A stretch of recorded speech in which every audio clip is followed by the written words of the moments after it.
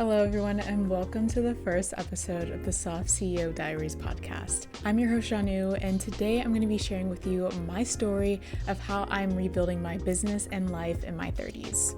If you've been questioning your pace or your path or what success is supposed to look like right now, this episode is for you. All right, so I was born and raised on the south side of Chicago, grew up with a single mom. For the most part, I was able to attend private schools through scholarships. I always felt like the odd one out because I was the kid that didn't have money, and not even just money, but just a real sense of financial stability. I think seeing other kids grow up with privilege allowed me to have an example to work towards, and it wasn't necessarily about having wealth, but just living in a place of comfort and ease. I didn't grow up with a car, and if you've ever been to Chicago, it is freezing outside. So I had to take buses and trains to get to school. Probably took me about 2 hours. I remember I would probably wake up around 5 a.m. to get to school. And I think that has always stuck with me, that sort of drive and discipline, because if you've had strong discipline since a young age, it then benefit you when you're an adult. So for me now, working for myself, as a content creator and entrepreneur, I'm able to have that sort of self-discipline, and I don't need someone to hold me accountable because I've held myself accountable for so long. I was always a really hard worker in school. I wanted the A++s. I wanted to do above and beyond what was required of me. And something that's always stuck with me since I was a young child was to do everything in the spirit of excellence. And doing things in the spirit of excellence, it's not about doing things perfect. It's about how you show up. Am I giving my 100% to whatever thing it is that I'm doing? So when I'm showing up creating a podcast, I'm giving it my all. It doesn't have to be perfect. Podcast is nowhere near where I want it to be. I'm shooting this in a Airbnb that I'm in right now that's in a studio. I wanted to work with what I had, and excellence part is actually executing the podcast, doing the best with what I have versus all the bells and whistles to get started, because you can make an excuse for starting things and say you don't have the camera, you don't have the budget, but you pull out your iPhone and get a mic, and that can be the start of your YouTube channel, for example. So I think we make these excuses as to why we can't achieve certain things, but the truth is we are the ones that are stopping ourselves. And it doesn't have to be perfect, but you just have to go about it with excellence. And another experience that really did shape me is when I was 15, I studied abroad in Germany. I stayed with a couple different host families, and I really spent a lot of time by myself. And if you're familiar with European culture, they're very independent at a young age. It's very normal to see a 10-year-old taking the tram by themselves to school. First time ever out the country. I'd barely even traveled, period. Growing up, I didn't take vacations. We couldn't afford vacations, so that wasn't a thing. But I wanted to stay in Germany as long as possible because I just didn't want to be in my home environment. I was like, the longest I can stay. And they said 6 months. So I said, let me stay 6 months. I don't regret staying the full 6 months. I did get to travel a little bit in Europe, which was really great. If you've also been following me, you know that I lived in France for almost a year. This only moved back to the US. And a lot of people were like, wow, that's so brave that you just moved to France, didn't speak French, didn't know anyone. Yeah, the worst that can happen. Of course, I didn't move there without having money or anything like that. And I got an Airbnb for 2 months so I could figure out housing. But for me, something like that is seems like a cool experience. It's an interest that I have. Why not do it? And having that mentality came from me being 15, solo traveling Europe, figuring it out on my own. And I think I've spent so much time on my own from a young age and even now that I'm not afraid to be by myself. And so many people are scared to be by themselves. So it's really shaped me as to who I am today. If you're heading into 2026 feeling busy, scattered, or unclear, I created a Soft CEO Vision workbook. This is a free Notion template, and it is a gentle reset for the year ahead. You can download it by clicking the link in the description box below. After I graduated high school, I went to college in California. I went to Claremont McKenna. A good school. It's a small liberal arts college, a little outside of LA. And I was looking at colleges. I was like, I just need to be somewhere where it's warm. I went to college. I did a little bit of print modeling, and that money paid for my flight to LA and it paid for my luggage and things in my dorm room. And I've always loved being on camera. I don't know, there's something about it that just like lights me up. It's always been so natural. And even as a child, if you put a camera on me, I will pose. It came very natural to me. I was always obsessed with America's Next Top Model. I just loved being on camera. So it was really cool to do a little bit of print modeling. I've been paying for everything myself since then. So that has definitely shaped me and is made me grow up a lot faster, because going to college, around people that, last name was Nordstrom, okay, from families of generations and generations of wealth. And when you have kids that don't even know how to do their laundry and you're over here paying your own bills at 17, it really isolates you and makes you feel so alone, because you're like, no one else understands me, no one else gets it. Like, oh, let's take a trip, or oh, let's go to this restaurant. Like, I had to say no. And I was embarrassed as to why I couldn't do it. I remember one time I had a friend at the time, and it was her birthday dinner and I didn't have money. And she was like, no, I'll pay for you. And then we are like sitting at dinner, and of course, like the person like doesn't put down their card, because everyone splits it. Put down her card, and are you putting down your card? And like, it was just embarrassing because she was putting it down for me. That moment, you're just like, you want to fit in, you want to have friends, you don't want to be the poor kid, you don't want to be the odd one out. And so it definitely is a bit isolating, and I definitely isolated myself a lot in college. I mean, a little bit of fun, sure, but honestly, I was just stressed out the whole time. I was barely keeping up because I was just so scared of like not being able to pay for things. Because even though I had scholarships and financial aid that like covered tuition and food, there's still things that you need to pay for, right? Like, you go get soap and lotion, and you need to go get your teeth cleaned. Like, there's all these different things that you need to do and function as a woman and as a human. And I was like working jobs at a time. Like, in the media studies department, I worked as a nanny, I worked the admissions office, I did so many different jobs, and I literally couldn't even sleep at night because I was just like so anxious about money. I literally have no one and nothing to fall back on. I originally was pre-med in college, and maybe for like the first year, and slowly realized that I was miserable, and I was just like, I can't do this anymore. This does not feel right. So I dropped that and I tried different majors. And one thing that I always came back to, I was like, I love being on camera. I've wanted to be an actor. There's something about it that just speaks to me. And I was like, I want to do acting. I'm in LA. What do I have to lose? Okay, I'm just going to try and see what happens. So I majored in theater, and I know what that was going to look like. Mind you, at this time, I'm like working as I was a nanny. I did so many different things to try to support myself. And I could have gotten a normal job, I'm sure, because especially since I went to a good school. And I was a senior, I ended up getting an internship at Lionsgate, which was cool as well. And I commuted. I would wake up super, super early, go in twice a week. And I commuted all the way to Santa Monica. I think it was I had 20 minutes to the train, take them to the city, which was like, I don't know, an hour. And then I had to take another bus from downtown to Santa Monica. So yeah, your girl was committed. And I just, that same work ethic that I've had since I was a child, and waking up at 5 a.m. to go to school was still there, and it's still there today. And so I was like, this is just what I have to do. You have to put in the work, and it will pay off, and you may not know what it's going to turn into, but you just have to do the work. So as I was figuring out life, as we do, and like 4 roommates, it was maybe $800 a month, and rents. Crazy to look back and to see how far I've come, and now I feel like I'm completely rebuilding. I really trying to figure out acting, and I met this girl in acting class who at the time, she was maybe 26 and I was probably 22. And she was an influencer, and at the time it was very new. Like, being an influencer like wasn't a thing quite yet. It was, but it was something that, everyone does. I started learning how like she's actually funding her life by being an influencer.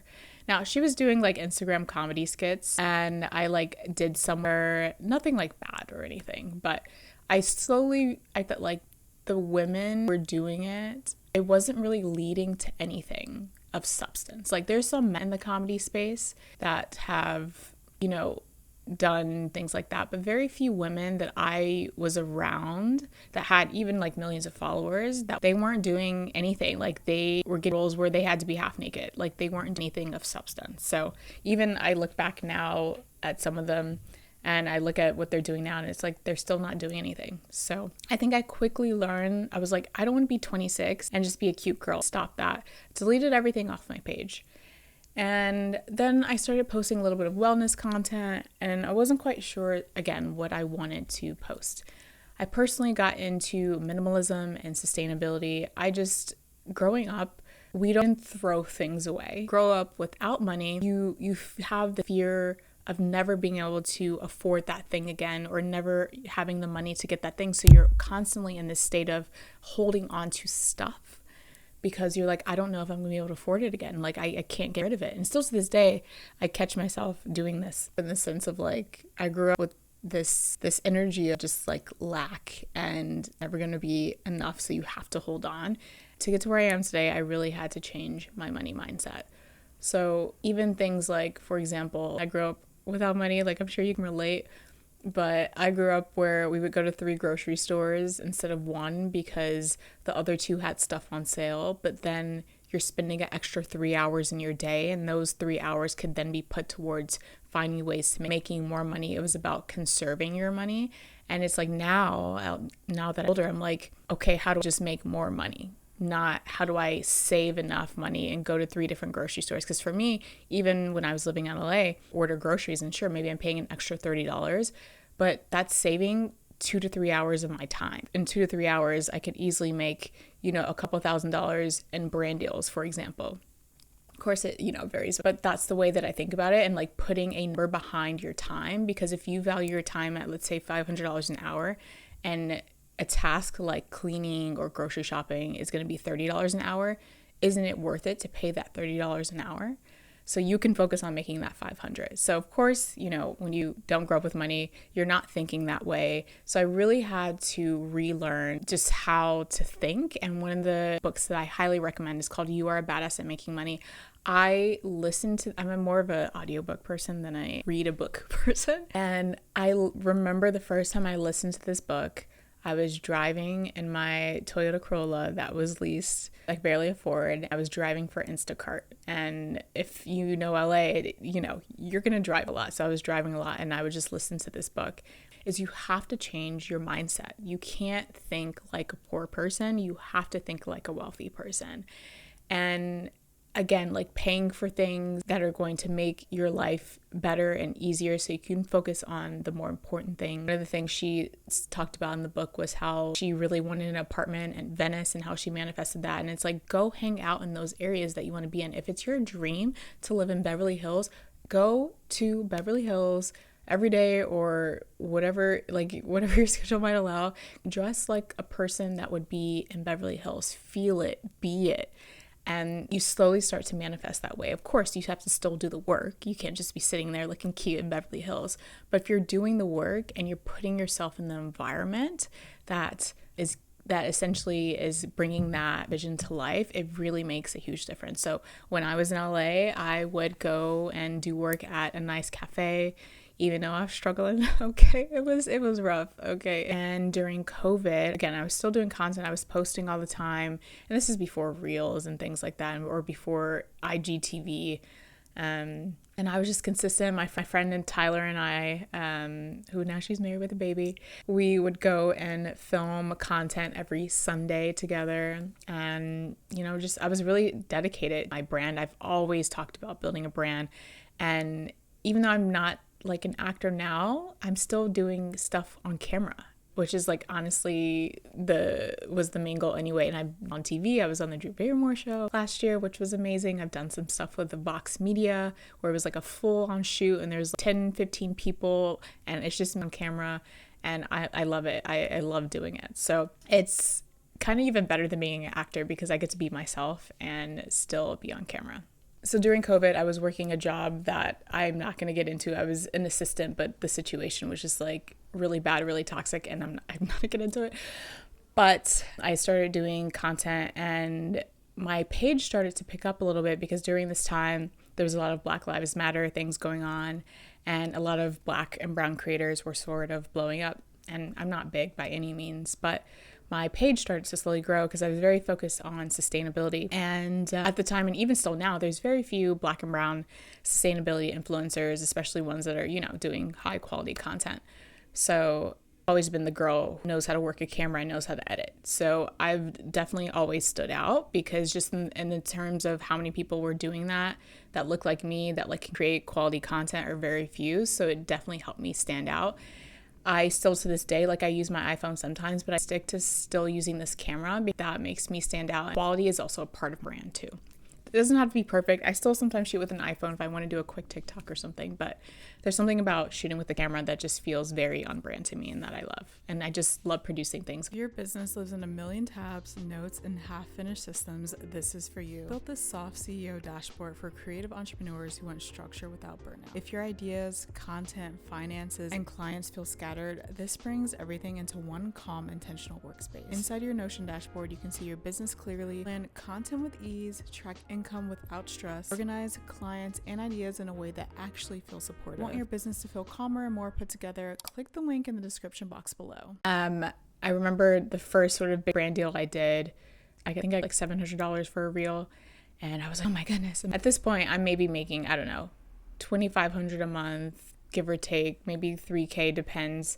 And LA is expensive. You have gas, you have car, you have your rent. Like that $3,000 goes really, really quickly and is not enough to live off of and be comfortable in LA. So extra $750 is like a lot of money, especially considering, I can like literally take the afternoon to film and just made $750. So like that type of money also really changed the way I think about money, because it's no longer, you need to work a 9 to 5 and you get paid hourly. It's, I can make $1,000 and do 45 minutes of work. Like that's insane. Like that's crazy to remember. The first bigger brand deal I did, and this is when I was like so scared of like asking for money. I asked for $12,000 and I was so scared. Again, when you're not used to charging a certain amount of money and you're not used to asking for large amounts of money, and also $12,000 for someone like me at that point was like life-changing money, like a lot of rent for me, because I think I was living in a studio at the time and it's $1,500. That's a lot. I can't do the math right now, but that's a lot a month of rent. So I asked them for $12,000. We ended up agreeing to $11,000. $11,000 for someone who was barely scraping by is a huge amount of money. It literally can make a huge, at the time I had credit card debt as well, and that helped. And that just really changed the way I looked at content creation. I was like, whoa, like I can make $11,000, and I don't know how many, maybe I did like 3 reels and then like 3 story sets. I can't remember.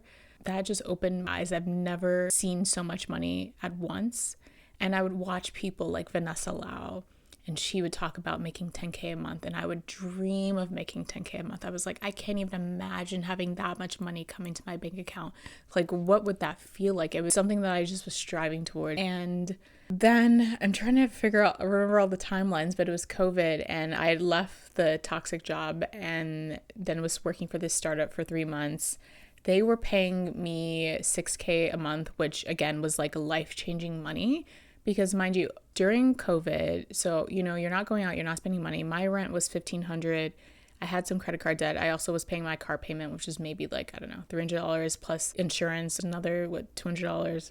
So them paying me $6,000 a month for 3 months was also very helpful. It's COVID. I had 4 to 6 months worth of expenses. My lease was about to be up in LA, and I was like, why don't we go somewhere else that's cheaper, where I can have a high quality of life, where I can figure this out. I need to bet on myself. Working for other people just does not work for me. I'm so grateful for the startup I was working for 3 months and like the amount that they paid me.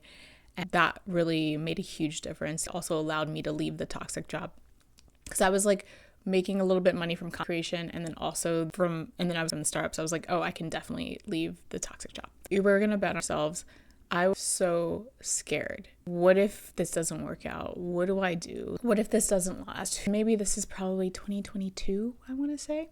So I decided to move to Austin. And at the time, Austin was very inexpensive. I lived in this beautiful corner unit, 1 bedroom with a den. I had 2 sinks, huge bathroom, huge ceilings, and I was paying like $14.50 for it. I can have a great quality of life. I'm able to keep expenses low, and I'm still able to build. I stayed in Austin for about 2 years, and while it was a good place for me to sort of figure out what was next for me and save money, I did feel stagnant. So once COVID was no longer a thing, events and stuff started happening, and going to these events in LA and New York are really important. It's important to show your face to these brands, to the agencies know you, because that also turns into paid partnerships. Now, of course, you don't have to live in LA or New York to truly make money as a creator, but it definitely helps a lot to be based in LA and New York. I would say Dallas and Miami are good spots too, but LA and New York are the biggest. And I was like, you know what? I need to move back to LA. And I was making 6 figures as a creator. I was doing so many different brand deals, and I had some brand deals that were, $15,000, $20,000. When I moved to Austin, I got my first $50,000 brand deal. Yes, 50. And when I originally quoted them a rate based off of all the deliverables they gave me, at this point, my confidence was up. I asked them for $90,000. We negotiated to 50, and obviously I'm still going to take the $50,000 because that's insane. It was to be like a partner with them throughout the year, and then they flew me out to New York for one of their events. These brands have money. There's so much money out there. So anytime you think that you can't make money, there is so much money out there. Okay. So I made $50,000. I still have is that what it's called? The stub that I, my notebook, to remind myself. I do things too where I keep money everywhere. So I'll have a $20 bill in the drawer, or I'll have one on the dresser, or I'll just have a $20 bill in my purse. I just keep money everywhere, and I will have the pay stubs that have big amounts, just to know that money is there. And again, I'm all about the mindset, okay? And reminding yourself, reminding your body that you are safe, that there's money and available when you need it, even if it's not there, okay? We're still trying to train ourselves to operate in that, because that's really important as well. Operate from the energy of scarcity. That's not going to come. Things come when you operate with the energy of abundance. So $50,000 brand deal, and I was like, this is insane. This is insane. And again, I also am very good with the money I spend. Yes, we maxed out our Roth IRA. We money and savings. I bought myself a YSL bag. Proud of myself, and I walked into the store and I bought it. It was, I think, maybe $2,700. And it just felt so good. And I was so proud of myself to be able to buy the bag. And, as time went on in Austin, I was still getting brand deals. I was, $20,000, $10,000 there, $5,000. It was I was putting in the work, and the money was coming. I did trial and error with a couple different management companies. Money was good. And I was like, you know what? It's time to move back to LA. So I also wanted to travel as well.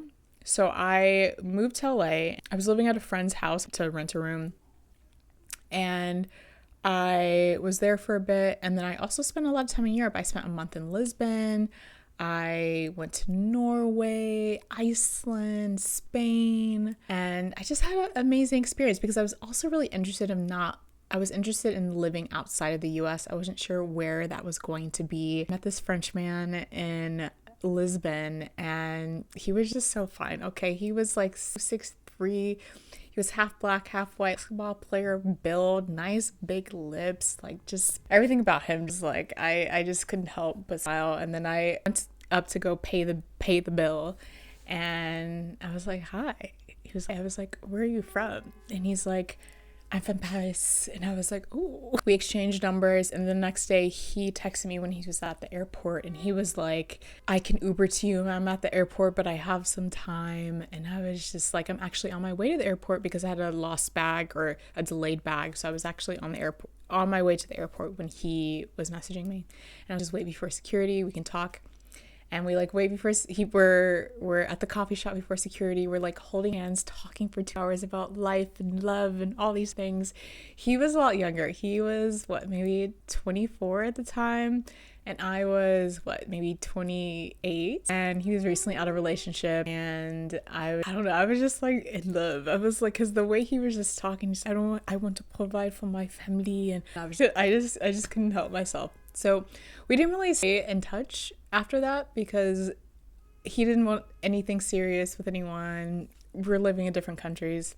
And then when I was going back to Europe, maybe in October, this is maybe 3 years ago, 2-3 years ago, And I messaged him. I was like, if I come into Paris, like you see me? And he's like, yes, of course. And so we each other in Paris. We had like such a romantic time. I mean, I stayed in my own place. Like went to the Eiffel Tower. It's like raining and we're holding each other, going to dinner, and it's so romantic. I just like fell in love with France. Okay, maybe I fell in love with the boy, but I fell in love with France and Paris. And I was like, I want to move to France.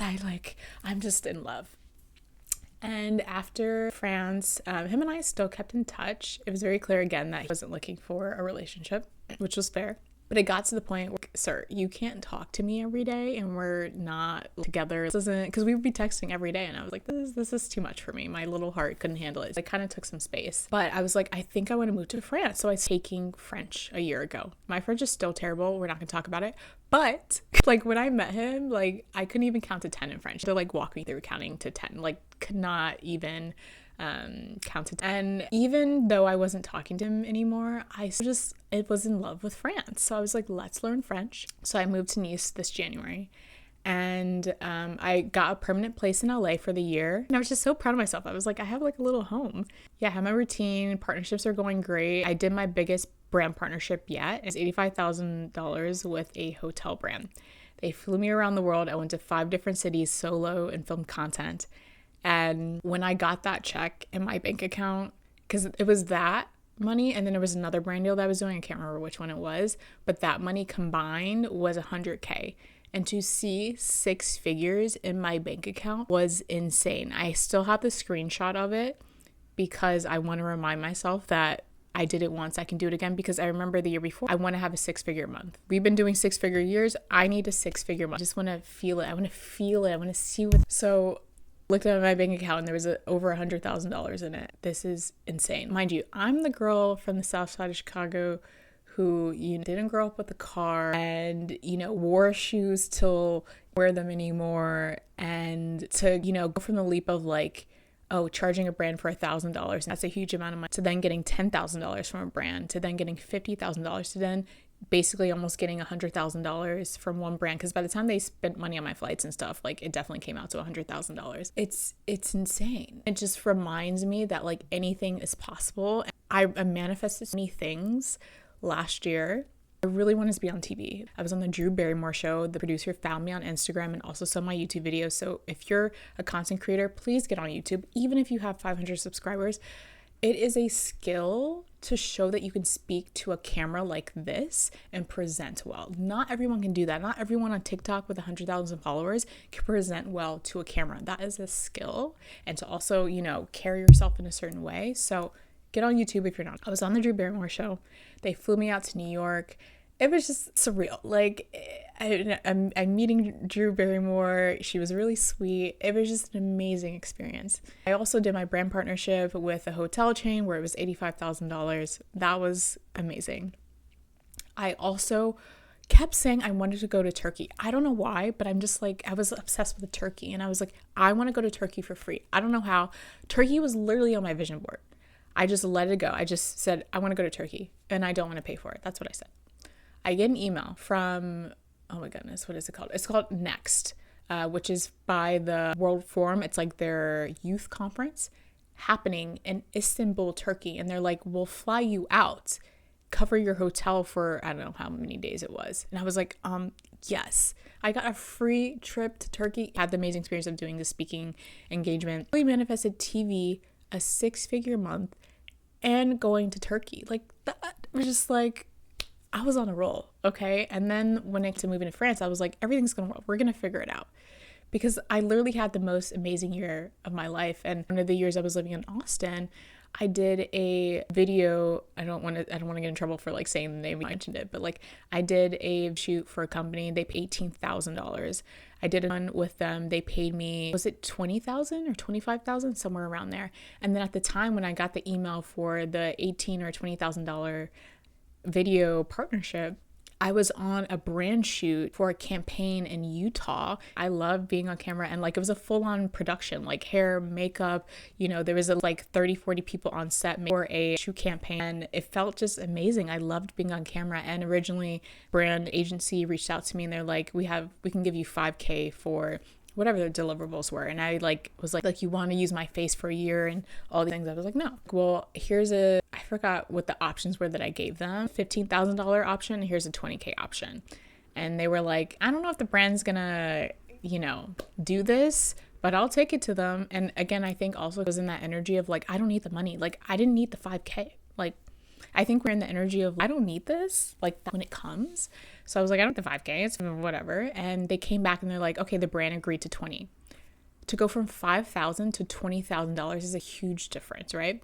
And so I'm like, all this money is coming in at once. And again, your girl's being mindful. I like to, spend money on dinner and things like that. We're not out here, okay, we are saving, we're putting money in our Roth IRA. There's different levels of wealth, right? And I think the level of, you can go to Whole Foods and not look at the prices. You can go to a restaurant and not look at the prices. You can go fill up your gas tank and you don't care how much it is. To me, that's like such an amazing place to be. Of course, we all want to maybe get to the point where we can afford a mansion or whatever, but to get to the place where you can comfortably just like afford sort of like the necessities and also the nice to haves without even looking, like a great place to be in. And it really just calms your nervous system so much to know that you don't have to worry about money. And yeah, at this point, like, money is flowing. I have good savings. I'm setting myself up in a really great place financially and mentally too, because honestly, your bank account has a big impact on your mental health. So I moved to France in January and I was like, I'm going to still be able to do brand deals. It'll be fine. And I did one that was for a like cybersecurity company. It was like about web security. I was able to do that because it required product. And my email was not booked and busy. Like, I went from years of my email being, I couldn't even keep up, silence. Okay, I moved to France I had at least a year's worth of money in savings, not including what I had in investments. But as I'm starting to use this money and money's not coming in, okay. And I did a couple of brand deals, nothing too crazy. I'm so grateful that I had this experience. I'm so blessed that I'm here.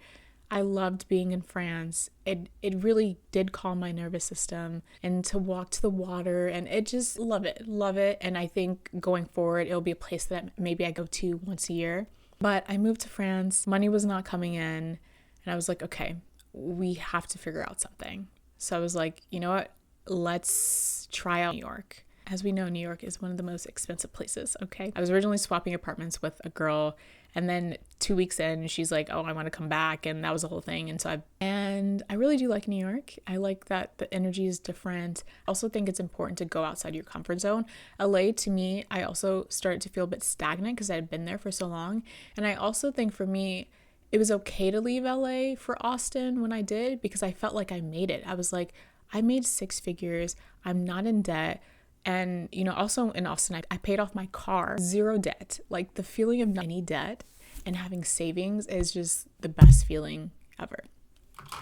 And I was like, I made it in LA, so I don't feel like I have anything to necessarily prove to myself anymore when it comes to LA. I do think long term I'm going to do a LA, New York life, but I was like, let's try New York. And so it's been a crazy ride with all these, housing dilemmas. I'm recording this December 21st, and I'm going back to France to gather all my things. And also in France, you can put in 30 days notice and leave even if you sign a year-long lease. So that's good that I'm able to get out of my apartment early, and I'm going to go back and pack up all my things and come back to New York. So it has been a whirlwind. I think also I'm really rebuilding from scratch because I'm putting New York in my bio. And so it's like rebuilding, having to create these relationships with agencies. And, again, my inbox used to be so full I couldn't get to it. And now it's quiet, but slowly but surely I'm having small things come in. I have one partnership lined up for next year with Mega Food, which I've worked with them before, and they're a really great brand. Highly recommend. I'm very into supplements and things. So I have a partnership with them coming up, and that's a good amount of money. So right now I'm really focused on doing pitching and just posting content and being strategic about the content that I am posting. And also one of the reasons why I'm doing this podcast is because I really want to position myself as a speaker. I want that to open a lot of doors. And when it comes to creating content, and if you're interested in creating content, ask yourself, what is the end goal, right? If you want to be a speaker, a host, you should start a podcast. If you want to, do a travel show, you got to travel and post travel content. You have to think about where do you actually want to be and work backwards, and what is something you can do on a smaller scale now to get to where you are trying to go. Another reason I really wanted to start this podcast is I feel like there's so many women that, they want to be their own boss, but they don't want to operate like a man. We are not meant to operate like men. We're not wake up at 4 a.m. and do cold plunging and all these things. We're meant to go to Pilates and, come back, do emails, do our work, do whatever it is we want to do, spend time with our kids. We're not meant to operate like men. So this podcast, eventually I'll have guests on, but right now, we're working with what we got, and we're just going to do a solo episodes for a little bit and talk about my journey of how things that I've built and really going into depth to the business side, relationships and all the things that has sort of shaped me. And what I am trusting in is just staying consistent and staying focused, and you just got to keep going and things will come. And I think my whole life is proof of that. There's so many seasons in my life where I didn't know what was going to happen, stuck with it, and I stayed consistent and I believed in myself. Most people don't believe in themselves, and we'll get into it on another episode about friendships and the importance of having the right friends. But you cannot have people around you that doubt you if you have big dreams. You can have people who are looking down on you or who think your ideas are crazy around you. And so I have a very small circle, because if you don't support me and if you think that what I'm doing is crazy, then you can't be in my life. I remember years ago, I had a friend who was like, maybe you should get a real job. And I was like, no, I'm not getting a real job because this is going to work. It's going to work. It's going to work. It has to. And you have to believe in yourself. You have to be delusional. And honestly, anyone that is successful, their ideas might seem crazy, but they believed in it and they stuck with it and they were consistent. And of course, people are supportive once you're there. When you're in it and you have all these ideas and it doesn't seem like it's going to be anything, you really get to see who your true friends are. So, the thing is, you just have to keep trying and have to keep going, and you're not going to be perfect. You're someone that wants to do content, for example. You are not going to do something perfect the first time. Still don't do perfect things all the time or ever. And I'm constantly trying new things. I'm constantly putting out new ideas and trying different formats. And sometimes I don't do well. And I'm like, well, okay, we learned what didn't work. You can't just view things as failure. You just have to view it as learning. This didn't work. Okay, great. Now we're not going to try that again. We're going to do something else. And you just have to keep going. And if you're in a season of life where you feel like you don't know what you're doing, you feel confused, you feel like maybe you're starting over, it's okay. But I would sit and ask yourself, what is it that you really want? How much money do you want to make? Where do you want to live? How do you want to feel? How do you want to wake up? What does your dream day look like? As you start to figure this out, you start to think, okay, what would I do? How would you live your life if money didn't matter? How would you operate if you knew what you would go after would succeed? If you knew that dream would succeed, what would you go after? Most people, they could tell you what it is. Write it down. Write it down what it is that you want, and then go step by step how to get there. If your goal is to be a YouTuber, okay, let me come up with a 1-year plan and stick to it. Get friends around you to help you stick to it as well. Need some accountability. But the truth is, you just have to be strategic. If you give up, you're guaranteed to fail. But if you keep going, something will come of it. I promise you. It may not be what you originally thought it would be. I obviously am not an actor now, but it's turned into something even more amazing in my opinion. So ask yourself, what is it that you truly want? And I want you to write it down and not be afraid to go after it. Thank you so much for being here for the beginning, for the first episode of this podcast. This is definitely me going outside of my comfort zone. I did content for so many years. It was more about tips and sustainability, but now I'm doing my actual thoughts are my life, because I truly believe that I was put on this earth to share my story, to help others as well. And if I can be that, example of, yes, it is possible to have $100,000 month. It is possible to pay off all your debt. It is possible to your wildest dreams come true. I hope that I can be that person to show you that it is possible, and also show you that there are seasons too. My life is not perfect. I don't have a permanent home right now. I'm, doing Airbnbs and figuring it out as I go along. So this is also me documenting the process of still figuring it out. I don't ever have it all figured out, But the truth is you will get through this, and I believe in you, and I'm so happy to have you here. Next week's episode will be about dating, all the things I've learned in my 20s about dating, and how I'm going about it differently now. Thank you so much for listening and watching, and I will see you in the next one.